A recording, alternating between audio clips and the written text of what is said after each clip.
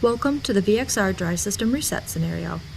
In this scenario, we're looking at a warehouse protected with a VXR dry system that has operated due to a fire that has been extinguished. The area is safe to enter. First, the system water supply must be shut off. Now, begin draining the system by opening the main drain.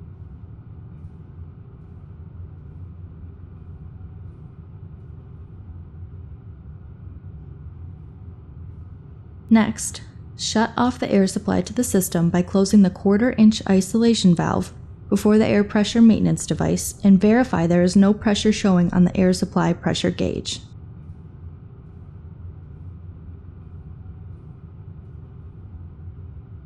Ensure that the system is drained prior to replacing any sprinklers that have operated or may have been exposed to excessive heat in the fire.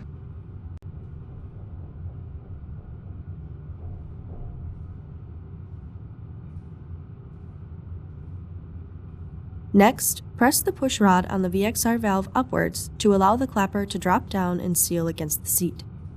Then pull the push rod down to ensure it is fully retracted.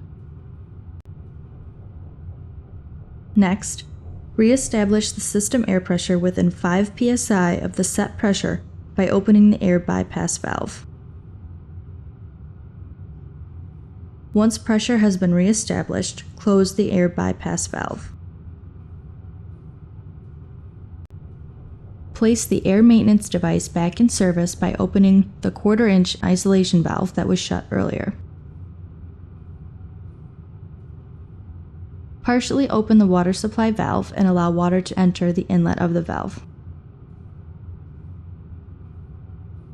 Now, close the main drain. Water supply pressure will show on the water supply pressure gauge.